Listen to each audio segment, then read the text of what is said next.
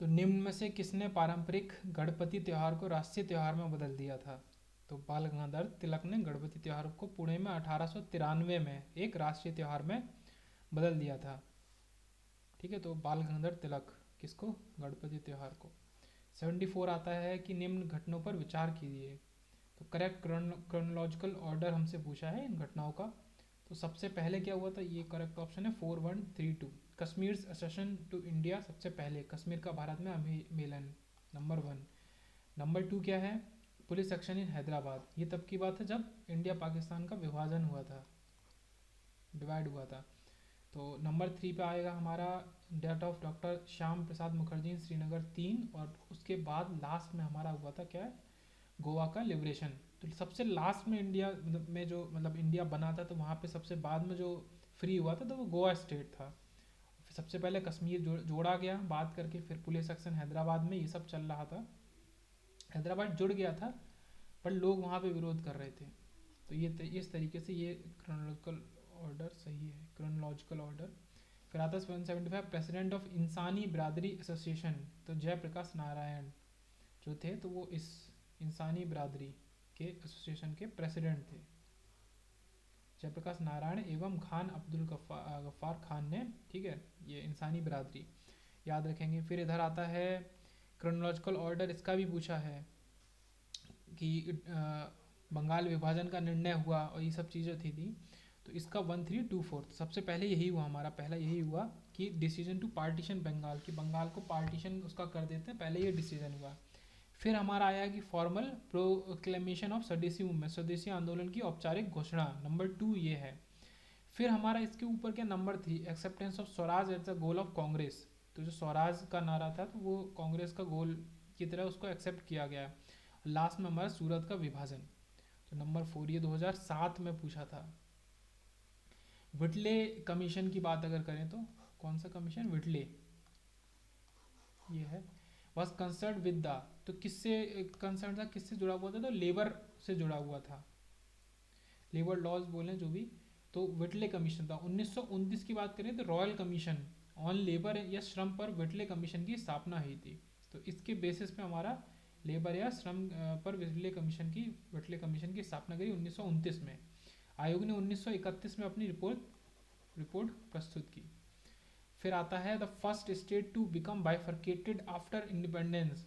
तो पहला स्टेट जो टूटा था दो अलग अलग टुकड़ों में, जो था वो था बॉम्बे। बॉम्बे मतलब बॉम्बे सिटी नहीं, पूरा स्टेट हुआ करता था बड़ा सा। तो वो फिर गुजरात और हमारा महाराष्ट्र में टूटा था। तो पहला जो टूटा था वो हमारा बॉम्बे था। गुजरात और महाराष्ट्र का गठन हुआ था 1960 में। 1960 तक गुजरात और महाराष्ट्र एक ही हुआ करते थे, 1960 तक। तो ये याद रखेंगे। फिर आता है कांग्रेस पर अनुनय विनय तथा विरोध की राजनीति करने का आरोप लगाया था। तो बाल गंगाधर तिलक ने अनुनय विनय और विरोध की राजनीति करने का वो लगाया था आरोप। अनुनय विनय तथा विरोध की राजनीति कांग्रेस कर रही है, तो बाल गंगाधर तिलक। अब आते हैं ज्योग्राफी पे, भारत का भूगोल। Time difference between Indian standard time और ग्रीनविच मीन टाइम, जीएमटी और आईएसटी के बीच में कितना टाइम डिफरेंस है? ये याद रखेंगे, आईएसटी और जीएमटी के बीच में 5.5 घंटे का हमारा टाइम डिफरेंस है।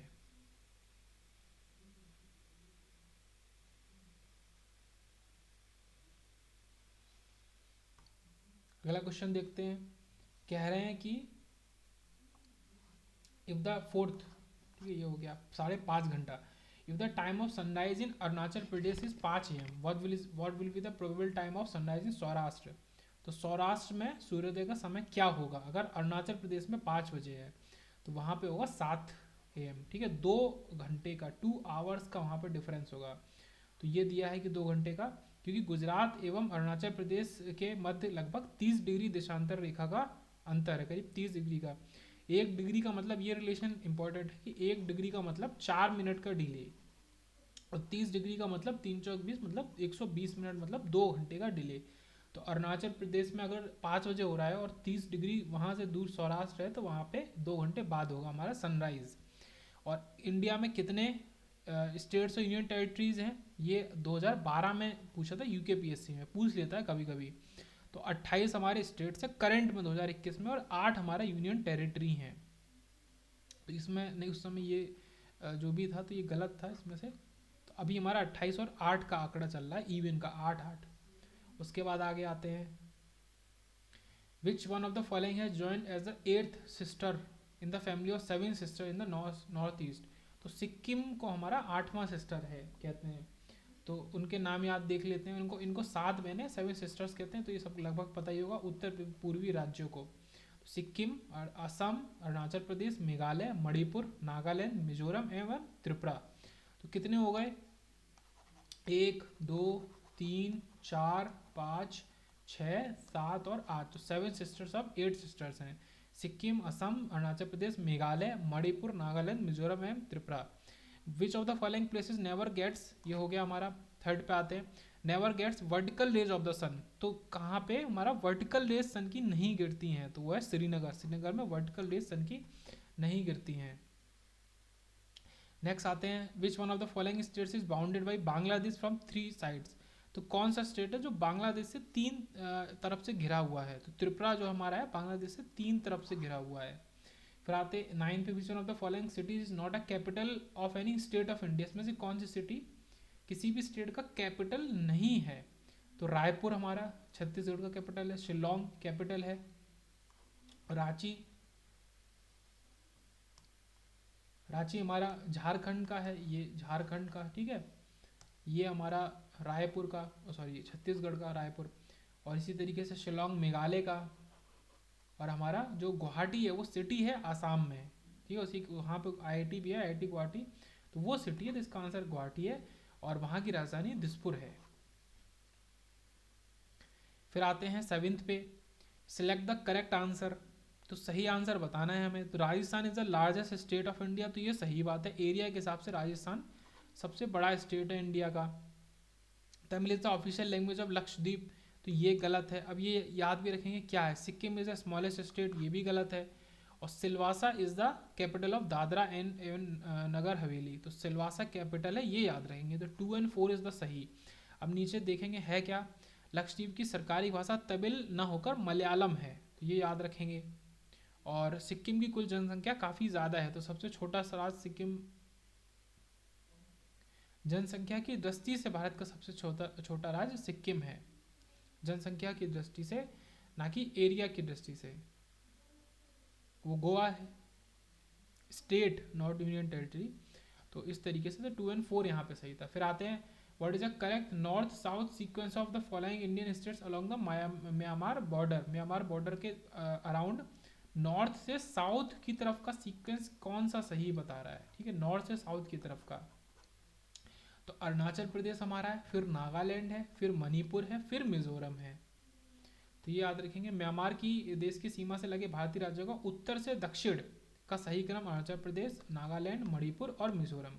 मतलब बात अगर करें तो ANMM 2013 में आया है यूपीपीएससी AE में। फिर आते हैं, India's maritime boundary with Maldives को हम क्या कहते हैं? मालदीव्स के संग जो बाउंड्री है इंडिया की, मैरीटाइम बाउंड्री, तो उसको हम कहते हैं 8 डिग्री चैनल। ये इंपॉर्टेंट बढ़िया क्वेश्चन है। स्मॉलेस्ट यूनियन टेरिटरी हमारा कौन सा है? ये भी अच्छा है, लक्षद्वीप। लक्षद्वीप हमारा सबसे छोटा यूनियन टेरिटरी है, केवल 30 वर्ग किलोमीटर का है। सबसे बड़ा हमारा जम्मू है, कश्मीर। 8, ठीक है, ये तो हो गया 8 चैनल डिग्री चैनल बोला है। फिर आते हैं 13 पे, फाइंड द करेक्ट। ये भी वही चीज़ है कि ये हमारा सिटी है, इसको किस उससे जाना है? तो चंडीगढ़ हमारा एडमिनिस्ट्रेटिव सिटी के नाम से होता है, जाना जाता है। अबू जो है हमारा, जो उस चीज़ के नाम पे माउंट अबू भी राजस्थान में, तो हमारा टूरिज्म सिटी है अबू। धनबाद हमारा माइनिंग टाउन है, और जो बचा हमारा शांति निकेतन वो हमारा एजुकेशनल टाउन है। तो चंडीगढ़ एडमिनिस्ट्रेटिव सिटी इस तरीके से, तो ये इसका सही आंसर है। इधर आते हैं, तो ये हैं स्टेट्स और ये हैं उनकी हाईएस्ट पीक्स। तो तमिलनाडु की हमारा डोडा बेट्टा, ये आता है काफ़ी बार। राजस्थान का गुरु शिखर, नागालैंड का सारामती और मध्य प्रदेश का धूपगढ़। तो ये वहाँ की सबसे ऊंची चोटी हैं अपने अपने स्टेट्स की। तमिलनाडु की डोडा बेट्टा, तो ये हो गया। आते हैं 14 पे, विच of the following is the oldest part of India, India का सबसे पुराना हिस्सा इनमें से कौन सा है? तो हिमालयन माउंटेन रेंज काफ़ी नई माउंटेन रेंज में मानी जाती है। गंगा प्लेन्स नहीं, कोस्टल प्लेन्स भी नहीं, तो डेक्कन प्लेट्यू जो है, दक्कन का पठार, ये सबसे नया है। मतलब सबसे नया मतलब ये भी कुछ थाउजेंड्स ऑफ ईयर पुराना है, बट बाकी कंपेरिजन में सबसे नया है इंडिया में, डेक्कन प्लेट्यू। फिर ओल्डेस्ट माउंटेन आर, तो सबसे पुराने जो हिल हैं वो हमारे आरावली के हिल्स हैं, सबसे पुराने हिल्स हैं, पर्वत श्रृंखला है सबसे पुरानी।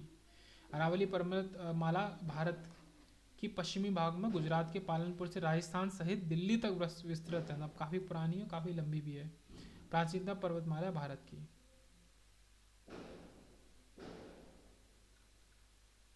फिर आते हैं 17 पे, तो अजरसन रीजन का क्वेश्चन है कि, तो यहाँ पे आ रहा है हमारा कि दोनों सही हैं और R is the correct explanation, but R is not the correct explanation of, ठीक है। तो पहला स्टेटमेंट ठीक है और दूसरा स्टेटमेंट भी ठीक है, पर ये इसका सही एक्सप्लेनेशन नहीं है।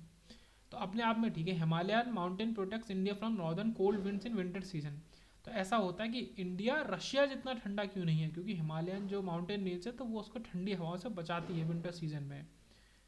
तो पहली चीज़ तो ये है, तो इसलिए उतना ठंडा नहीं है जितना वहाँ के है। Himalaya is the highest and youngest folded mountain of the world, तो ये भी अपने आप में बात ठीक है, बट ये इसका रीज़न नहीं देता कि वो हमको बचाता है, ठीक है। तो ये चीज़ है कि अर्जर्सन ठीक है, रीज़न भी ठीक है, बट रीज़न इसी अर्जर्सन का है ऐसा नहीं है। फिर आते 20 पे, which of one of the reverse does not originate in India, तो कौन सी रिवर है जो इंडिया में ओरिजिनेट नहीं करती है, ठीक है। तो बीज है, चेनाब, रावी, ये सब इंडिया में निकलती हैं। तो सतलज नदी तिब्बत में 4555 मीटर की ऊंचाई पर स्थित मानसरोवर झील के राक्षस ताल से निकलती है सतलज, ठीक है, तिब्बत में निकलती है, तो ये यहाँ की नहीं है। नेक्स्ट पे आते हैं बिस्ट दोब, ठीक है, बिस्ट दोआब, इसको दोआब बोलेंगे। तो बिस्ट दोआब जो है तो कहाँ फैला हुआ है, निम्नलिखित नदियों में किनके मध्य बिस्ट दोआब फैला हुआ है? तो बीज और सतलज। तो बिस्ट से बीज, ठीक है, ये याद रखेंगे, ब्यास और सतलज, इसको बीज और हिंदी में ब्यास बोलेंगे। तो सतलज दो नदियाँ, इनके बीच में बिस्ट दोआब है, तो ब्यास और सतलज। फिर आते हैं इधर 18 पे, ये भी इम्पोर्टेंट है, माइकल रेंज कहाँ सिचुएटेड है? तो मैकाल रेंज बोले, जो भी बोले, पर्वत श्रेणी जो है छत्तीसगढ़ में सिचुएटेड है।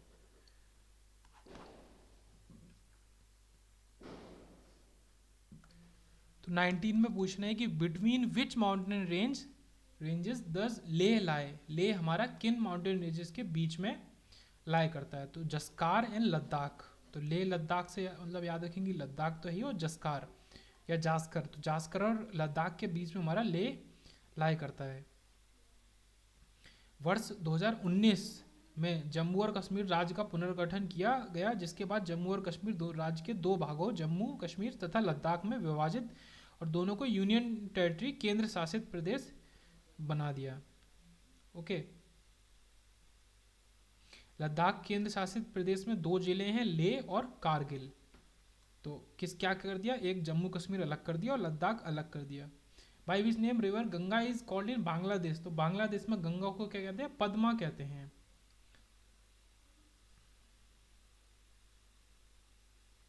ठीक है, पद्मा कहते हैं बांग्लादेश में गंगा को। 26 पे आते हैं, which of the following rivers in India has the largest catchment area? तो सबसे ज़्यादा जल ग्रहण क्षेत्र जो है किसी रिवर का इंडिया में, तो वो कौन सा? वो है गोदावरी, ठीक है। 1465 किलोमीटर की लंबाई है इस नदी की कुल, तो गोदावरी हमारा इसका आंसर है, सबसे ज़्यादा जल ग्रहण क्षेत्र। फिर आता है यहाँ पे हमें करेक्ट बताना है कौन कौन से हैं। तो टोन्स बोलेंगे, Tons is a tributary of Yamuna, तो यमुना की एक ट्रिब्यूटरी है टोन्स, तो ये सही है। फिर है भिलांगना भागीरथी की सहायिका है, ये ठीक है। पिंडर गंगा की सहायिका, ये गलत है। और मंदाकिनी अलकनंदा की सहायिका है, तो ये ठीक है। तो अलकनंदा की मंदाकिनी, भागीरथी की भिलंगना, उन्हीं के नाम से मिलता जुलता, और यमुना की टोन्स, और गंगा की पिंडर नहीं है। तो यहाँ देखते हैं कि ये तो ठीक है, टोन्स यमुना की सहायक नदी है, भिलांगना भागीरथी की है, मंदाकिनी अलकनंदा की है, जबकि गंगा की सहायक नदियों में हमारा यमुना, घाघरा, बागमती, रामगंगा, करनाली, जिसको सरयू भी कहते हैं, ताप्ती, गंडक, कोसी और काभी का नाम, इतनी सारी हैं। ना कि पिंडर। पिंडर अलकनंदा की सहायक नदी है, तो ये याद रखेंगे। तो गंगा की बहुत सारी है, वो इंपॉर्टेंट है, याद रखना। इस तरह का क्वेश्चन बन सकता है क्योंकि 2 बार ऐसा ट्रिब्यूटरी का क्वेश्चन आ चुका है। Which one of the following tributaries of the Ganga river has northerly course. तो नॉर्थली कोर्स किसके, उत्तरी धारा किसके पास है, गंगा की जो ट्रिब्यूटरी है उनमें से किसके पास है उत्तरी धारा, तो सोन के पास हमारा उत्तरी धारा है, तो ये याद रखेंगे। फिर आ जाते हैं अजरसन रीजन पे। तो पहला है कि Narmada and Tapi flow into Arabian sea. तो ये कह रहा है कि नर्मदा और तापी दोनों अरेबियन सी में फ्लो करती हैं, तो ये चीज़ सही है। फिर आता था Narmada and Tapi reverse flow in rift valleys. तो ये रिफ्ट वैलीज में फ्लो करती है, तो ये दोनों रिफ्ट वैलीज में फ्लो करती हैं, तो ये भी सही है। तो both A and R true and R is a correct explanation of ये मतलब ए। फिर आते हैं 25 पे कि at which the following places Bhagirathi and Alaknanda rivers joins to form Ganga. मतलब भागीरथी और अलकनंदा को मिला के गंगा बनती है, पहली तो ये बात पता चली, ठीक है। अब किस जगह पे, तो उस जगह को हम कहते हैं देवप्रयाग, ठीक है। जो देवप्रयाग नाम सुना होगा, बाकी ऋषिकेश हरिद्वार ये सब है। हरिद्वार काफ़ी बाद में, ऋषिकेश उसके थोड़ा ही पहले है, मतलब जहाँ ऊपर से गंगा निकलती है। तो देवप्रयाग जगह जहाँ पे अलकनंदा और भागीरथी मिलती है, तब गंगा माँ नदी बनती है। 27 का देख लेते हैं, ठीक है। तो ये दोनों बंगाल प्रायद्वीपीय भारत की सभी नदियाँ बंगाल की खाड़ी में गिरती हैं। तो जो रिफ्ट वैलीज वाली नदी हैं, जितनी भी रिफ्ट वैलीज वाली नदी हैं, तो वो कहाँ जाके गिरती है, बंगाल की खाड़ी में, अरेबियन सी में जाके गिरती हैं। तो ये इसलिए कनेक्ट कर रहा है, ये सही है। तो किन नदी की बात थी, नर्मदा और तापी की बात थी, तो ये याद रखेंगे। 32 पे आते हैं, which of the following cities does not lie on the bank of Ganga. तो गंगा के बैंक पे कौन से नहीं, तो ये तो इजी क्वेश्चन है भाई। आगरा, यमुना, ताजमहल यमुना के बैंक पे बना है, तो आगरा हमारा जो सिटी है वो यमुना पे, गंगा पे नहीं है। बाकी इलाहाबाद, कानपुर, ये तो सबको पता है, वाराणसी सब गंगा पे है। फिर इधर आते हैं 28 पे, fish of the following rivers flows through a rift valley. तो अभी ऊपर ही पढ़ा था हमने, ठीक है। तो नर्मदा जो है और तापी ये हमारे रिफ्ट वैली, रिफ्ट घाटी से होकर गुजरती हैं। फिर आते हैं, ये इंपॉर्टेंट क्वेश्चन है, फ्लोटिंग आइलैंड्स किसकी बात कर रहे हैं, फ्लोटिंग आइलैंड्स, तैरते हुए, are particular feature of the lakes in India. किस लेक का फीचर है, तो लोकटाक लेक जो है, ये लोकटाक झील है, जो कहाँ पे है, मणिपुर में स्थित है। तो उसका एक फीचर है कि उसको फ्लोटिंग उसके अंदर फ्लोटिंग आइलैंड्स हैं, जो आइलैंड्स हैं वो तैरते हैं। और इन द्वीपों के समूह को केबुल लामजाओ नेशनल पार्क कहते हैं। तो ये भी एक बढ़िया इंपॉर्टेंट पॉइंट है, केबुल लामजाओ नेशनल पार्क। तो सब ज्योग्राफी में आ रहा है। Which of these west flowing rivers flow between 2 mountain ranges. तो कौन सी वेस्ट फ्लोइंग रिवर जो है, जो 2 माउंटेन रेंजेस के बीच में बहती है, तो वो है नर्मदा। फिर आता है, which one of the following rivers flows through a rift valley. तो ये क्वेश्चन फिर से वही आ चुका है। अब ये यूपीपीएससी एई 2011 में आया है यही क्वेश्चन, और ये वेस्ट फ्लोइंग रिवर भी नर्मदा है, और ये 2008 में भी यही सेम क्वेश्चन आया था, रिफ्ट घाटी से होकर गुजरती है नर्मदा। और फिर इसी से मिलता जुलता क्वेश्चन ये हमारा कब आया था, 2007 में। तो 7, 8, 11, 11, तो इस तरीके से। फिर आता है 34 पे, in which part of India volcanic barren island is located.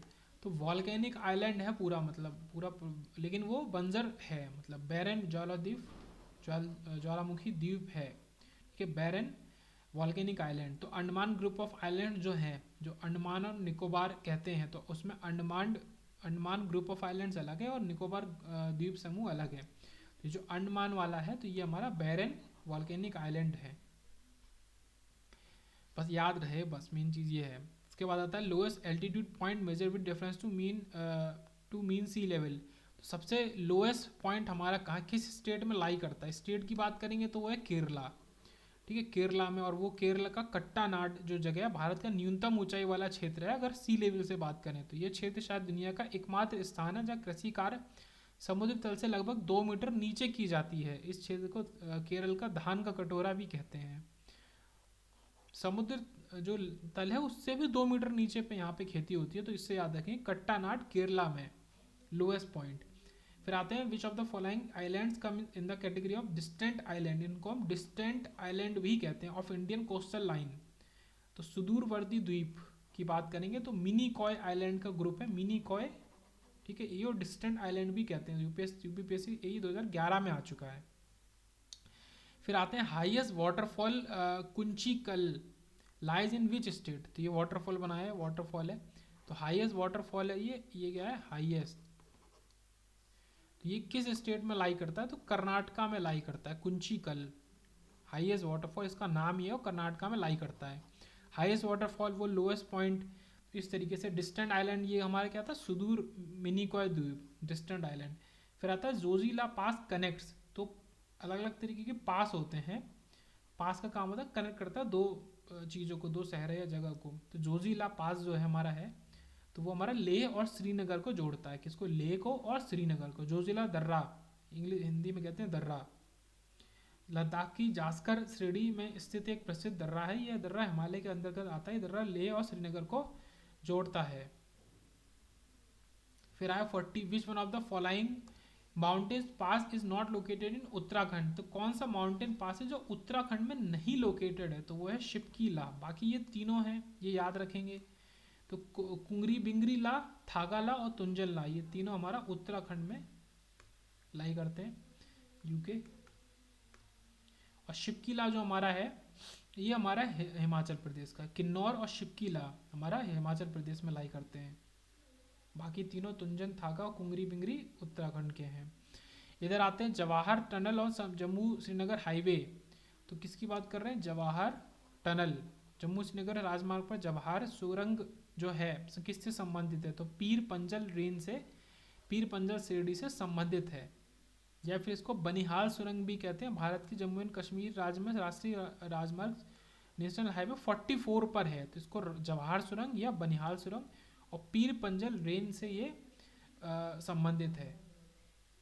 फिर आते हैं in which state of India Phulhar lake situated. कौन सी लेक, फुलहर लेक। तो उत्तर प्रदेश में हमारा फुलहर लेक सिचुएटेड है। तो ये है पीलीभीत जिले में मांडे टांडा के समीप स्थित है। इसे गोमती नदी का उद्गम स्थल माना जाता है। यह झील पंगैती फुलहर ताल या फिर गोमत ताल के नाम से भी जाना जाता है। तो फुलहर या पंगैती फुलहर या गोमत ताल, तीन अलग अलग नाम है इसके। पंगैती, फुलहर और गोमत पीलीभीत में है, और कौन सा है, फुलहर झील लेक उत्तर प्रदेश में। फिर इधर आता है कि पासेस और स्टेट्स का हमें मिलाना है। तो बनिहाल जम्मू कश्मीर में है, अभी ऊपर पढ़ा भी था, बनिहाल सुरंग या जवाहर सुरंग।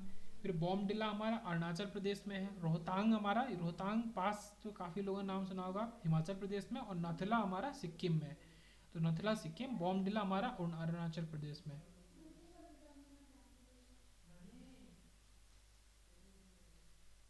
यहाँ पे फिर से लिखा हुआ है। फिर शिपकीला ऊपर पढ़ा भी था। तो Shipkila is located in which of the following state. तो ऊपर क्वेश्चन में आया था, उसमें क्या था कि कौन सा उत्तराखंड में नहीं है। बाकी तीन थे, तो ये हमारा जो है ये हिमाचल प्रदेश में है, शिपकीला पास। 44 पे आते हैं, तो शिपकीला पास हिमाचल प्रदेश। फिर आते हैं अदर्सन रीजन पे। In Himalaya different forest belts lie within a particular altitude, मतलब अलग अलग ऊंचाई पे अलग अलग फॉरेस्ट बेल्ट हमारा लाई करता है। तो ये कह रहे हैं, तो ये चीज़ है पहला, तो ये ठीक है। फिर आता है second, the Himalaya different types of forest due to climatic variation, ये भी ठीक है। तो क्लाइमेटिक वेरिएशन की वजह से अलग अलग एल्टीट्यूड पे अलग अलग, क्योंकि अलग अलग एल्टीट्यूड पे क्लाइमेट अलग होगा, तो वहाँ पे अलग अलग फॉरेस्ट रेंज लाई करते हैं। तो बोथ, मतलब A and R both are true, और R is the correct explanation of A. ये 2013 में आया है यूकेपीएससी में। फिर आते हैं, which of the following is known as the flame of the forest. तो फॉरेस्ट का फ्लेम, ये इंपॉर्टेंट है, आ सकता है कि फ्लेम ऑफ फॉरेस्ट किसे कहते हैं, जंगल की आग। तो पालाश जो है, पालाश के फूल को जंगल की आग नाम से जाना जाता है। लाल फूल होता है, वैज्ञानिक नाम ब्यूटिया मोनोस्पर्मा होता है। तो लाल फूल होता है ये पालाश का फूल, इसको जंगल की आग काफ़ी आकर्षण होता है कहते हैं। उसके बाद आते हैं 43 पे, विच one of the following statement is not correct. कौन सा करेक्ट नहीं है, मतलब बाकी तीन करेक्ट हैं। तो पहले करेक्ट देखते हैं। तो पंचगनी पठार पर अति न्यून वर्षा होती है, क्योंकि वह वृष्टि छाया क्षेत्र में, इंग्लिश में पढ़ते हैं। Panchgani plateau receives very low rainfall because it is located in rain shadow reason. तो रेन शेडो रीजन का मतलब है कि वहाँ पे लो रेनफॉल होती है। तो पंचगनी प्लेट्यू जो है, तो पहला ये सही है। Indian monsoon becomes strong when La Nina also become strong. तो ला नीना जब प्रबल होता है तो इंडियन मानसून भी प्रबल हो जाता है। और Coromandel cost receives rainfall through retreating monsoon, ठीक है, लौटती मानसून से वर्षा होती है कोरोमंडल कॉस्ट में, तो ये चीज़ सही है। ये हमारा गलत है, मतलब इनमें से पूछा था कि कौन सा गलत है या कौन सा सही नहीं है। तो Indian monsoon becomes strong when El Nina also becomes strong.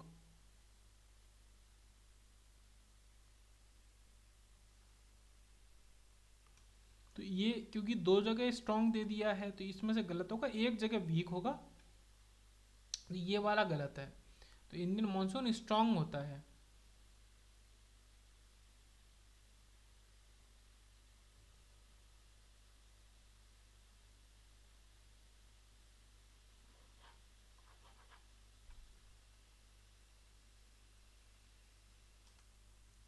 तो ये चीज़ सही है। फाइनली इंडियन मानसून स्ट्रॉन्ग नहीं वीक पड़ता है अगर एल नीनो स्ट्रॉन्ग पड़ता है, तो इन्वर्सली प्रोपोर्शन वाला इफेक्ट है। तो हमारा ऑप्शन तो ये सही है। अब जो बात यहाँ पे स्ट्रॉन्ग लिख दिया है तो ये वाला पॉइंट वीक होगा, वीक होगा, ठीक है। तो ये सही हो जाएगा, ये सही हो जाएगा और ये सही हो जाएगा, तो ये याद रखेंगे। तो दो जगह स्ट्रॉन्ग नहीं हो, गलती से लिख गया ऑप्शन में, तो ये वीक होगा और वीक वाला चीज़ सही है। अगर एल नीनो या ला नीनो जो भी है स्ट्रांग होता है तो इंडियन मानसून भी स्ट्रांग हो जाता है।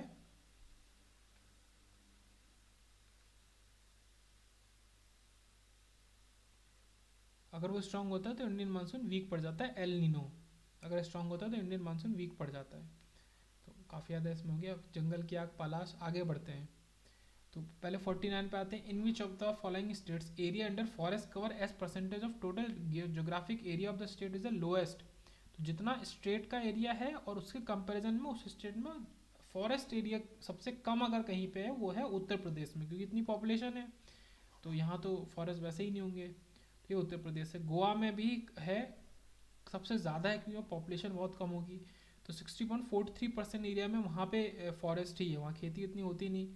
फिर गुजरात में काफ़ी कम है, बिहार में काफ़ी कम है, उसके बाद सबसे कम हमारा जो है वो उत्तर प्रदेश में है forest area as compare to हमारा जितना बड़ा स्टेट का एरिया है। Which of the following altitudinal zone of Uttarakhand contains maximum forest cover. तो उत्तराखंड के किस एल्टीट्यूड जोन में सबसे ज़्यादा फॉरेस्ट कवर है? तो 1000 से 2000 मीटर अबव सी लेवल की अगर बात करें तो सबसे ज़्यादा फॉरेस्ट कवर है। इस क्षेत्र में देवदार, चीड़, साइप्रस, ईयू और आदि वृक्ष पाए जाते हैं। फिर आता है in which one of the following areas of India mangrove forest are found. तो गंगा डेल्टा जो है हमारा, जो बंगाल में है, बंगाल की खाड़ी की साइड में, तो वहाँ मैनग्रोव फॉरेस्ट हमारे होते हैं। गंगा डेल्टा जिसे गंगा ब्रह्मपुत्र डेल्टा भी कहते हैं या सुंदरवन डेल्टा कहते हैं, तो सुंदरवन के नाम से भी याद होगा, ठीक है। तो वहाँ पे मैनग्रोव फॉरेस्ट हमारे पाए जाते हैं। फिर आते हैं कि विच of the following characteristic is not of Dharwar rocks of India. कौन सी कैरेक्टरिस्टिक नहीं है? These rock contain fossil. तो ऐसा नहीं होता, ये चीज़ नहीं होती है। जो धरवार रॉक है या धारवाड़ चट्टानें होती है इसमें फॉसिल नहीं होते हैं, बाकी सारी ठीक है। हाईली मेटामॉर्फ्स हैं, मॉर्फोज हैं और not found in the form of horizontal layer, most important from the point of minerals. ये सबसे ज़रूरी पॉइंट है। तो ये जो धारवाड़ रॉक है इसमें फॉसिल्स नहीं होते, तो ये चीज़ इसके जो ऑप्शन दिया था तो ये हमारा ऑप्शन करेक्ट ऑप्शन था, बट ये इसका फीचर नहीं होता है। फिर रहता है which state has a largest percentage of area in forest cover. तो सबसे ज़्यादा एरिया किसके पास है फॉरेस्ट कवर में अगर बात करें तो वहाँ पे गोवा कंपैरिजन में दे दिया था, पर वन स्थिति सपोर्ट रिपोर्ट 2019 के हिसाब से हमारा अरुणाचल प्रदेश में सबसे ज़्यादा है तो मिजोरम में, क्योंकि ऑप्शन मिजोरम में नहीं था क्योंकि ये तो पुराना ही है। अब अगर बात आई कि तो मिजोरम में सबसे ज़्यादा फॉरेस्ट कवर है, इसको ग्रीन से लिखिए 85.41% वहाँ के एरिया के हिसाब से मिजोरम, फिर अरुणाचल प्रदेश, फिर मेघालय, मणिपुर, नागालैंड, इस हिसाब से आता है। और क्षेत्रफल की बात करें कि अगर उसके खुद के एरिया से कंपेयर ना करें, मतलब ओवरऑल ही देखें, तो सबसे ज़्यादा क्षेत्रफल मध्य प्रदेश के पास है जंगलों का। वैसे हमारा मिजोरम पहले नंबर पे, ये याद रखेंगे।